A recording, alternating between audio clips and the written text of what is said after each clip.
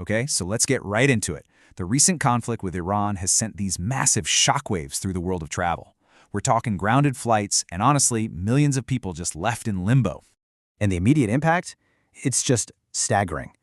We're looking at more than 1 million passengers who have been affected by flight cancellations since the strikes began. 1 million! That's 1 million different journeys, 1 million plans, just thrown up in the air. Literally. You know, this isn't just some abstract number. For so many people, this became a very real, very personal crisis practically overnight. I mean, can you imagine getting that notification on your phone? Your flight, your way home, just gone?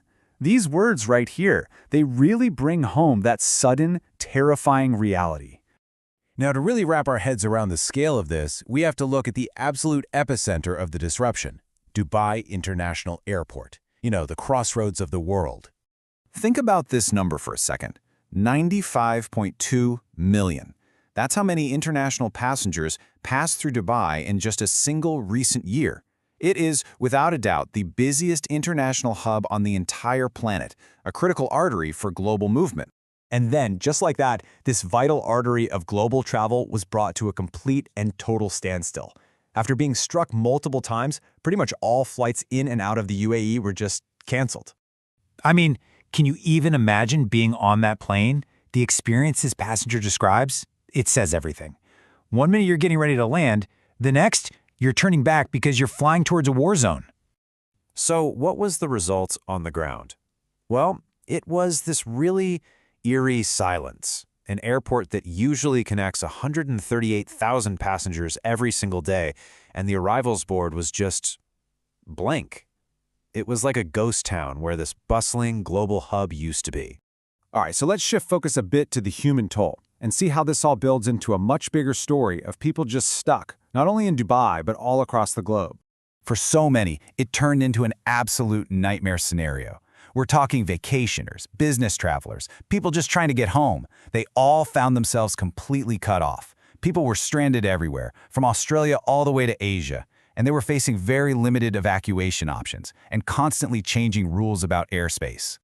But you know, in the middle of all this chaos, there was this one surprising moment of contrast. While a lot of people were basically left to fend for themselves, the UAE government, they actually stepped in. They paid for hotels for all the people stranded in Abu Dhabi. It's a move that's pretty much unheard of, and it shows you just how seriously they were taking the situation. Now, beyond all these personal stories, we have to realize the attacks on the airports were a calculated move. This isn't just about disrupting flights for a few days or weeks. This is a strategic challenge to Dubai's entire identity as a stable global hub. So yeah, why the airports? Well, the crucial point here is that this is not random. It's a deliberate strategy. By targeting the airports, Iran is trying to apply immense political and economic pressure on the UAE and its allies by basically choking off commerce and travel. And this table, it really lays it all out pretty clearly. When you strike the airports, you're attacking the very economic engine of Dubai. It's a move specifically designed to make international businesses start to wonder if Dubai is really the reliable crossroads they always thought it was. And this number, this highlights just how high the stakes are for global powers, especially the United States. In a recent year, the total trade between the US and the UAE hit $39 billion. That's a massive economic partnership that's now at risk. And listen, this disruption doesn't just stop in Dubai. No way. This is a shockwave that travels. Airlines are being forced to take longer, more expensive routes. We're seeing surcharges tacked onto shipping. And all of this could eventually trickle down and hit us, the consumers, right in our wallets with higher prices. So in this incredibly volatile situation, you have to ask, what's the path forward? What can people who are caught in the middle of all this actually do? Well, for anyone with travel plans even remotely connected to the region, the advice is pretty clear. You have to be proactive. Check visa requirements for other countries you might have to fly through.